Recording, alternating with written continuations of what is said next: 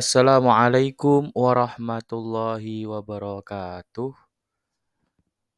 Apa kabar kalian hari ini? Semoga kalian dalam keadaan sehat walafiat dan selalu dilindungi oleh Allah Subhanahu wa taala. Kali ini saya akan melanjutkan lagi dengan modul akidah bab mengimani kitab-kitab Allah.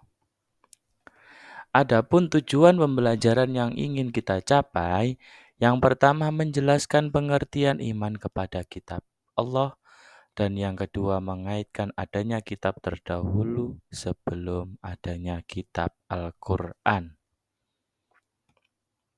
Apa itu kitab Allah?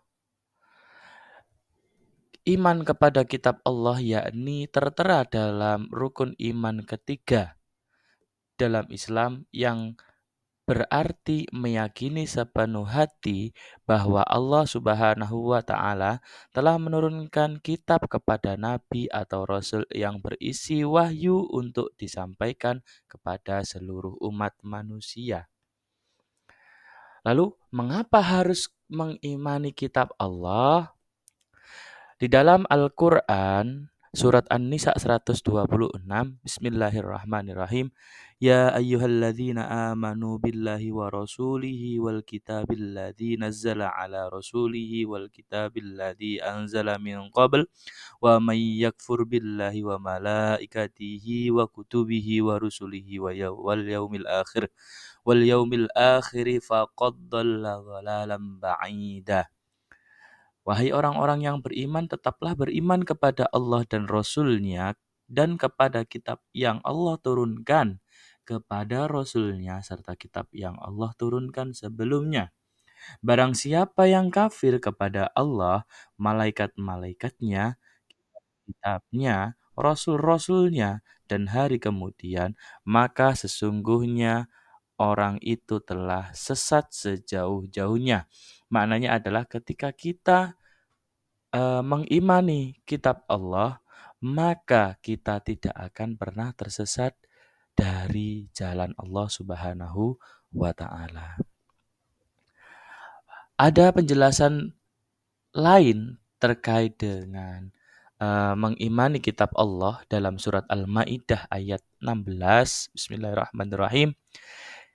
Yahdi bihillahu wa manittaba'a ridwanahu subulas salami wa yukhrijuhum minadh-dhulumati ilan nuri bi'idnihi wa yahdihim ila siratim mustaqim. Dengan kitab itulah Allah menunjuki orang-orang yang mengikuti keridhoannya ke jalan keselamatan.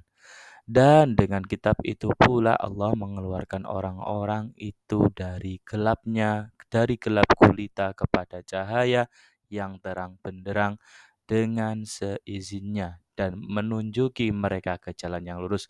Tadi sudah saya sampaikan bahwa Allah akan memberikan petunjuk kepada orang-orang yang percaya terhadap kitab-kitab Allah dengan membaca kitab-kitab Allah itu sendiri, maka tidak akan tersesat daripada jalan Allah Subhanahu wa taala. Bagaimana keterkaitan kitab-kitab sebelum Al-Qur'an? Nah, keterkaitan kitab terdahulu dengan Al-Qur'an, yang pertama, Al-Qur'an sebagai penyempurna kitab-kitab sebelumnya. Jadi Al-Qur'an adalah menyempurnakan semua kitab-kitab dari yang sudah Allah wahyukan kepada para nabi-nabi terdahulu. Kitab-kitab sebelum Al-Quran merupakan rukun iman. Ya, selain Al-Quran, kitab-kitab terdahulu, kitab Taurat, Injil, Zabur, semuanya adalah petunjuk bagi umat Islam terdahulu. Berikutnya adalah kitab-kitab terdahulu menjadi petunjuk bagi umat manusia. Berikutnya lagi kitab-kitab terdahulu ditegaskan dalam Al-Quran. Dan yang terakhir adalah wahyu yang progresif. Berikutnya, untuk apa kita mengimani kitab-kitab Allah? Nah, alasan kita mengimani kitab-kitab Allah, yakni karena kitab Allah memberi petunjuk tentang apa yang dianggap benar dan salah.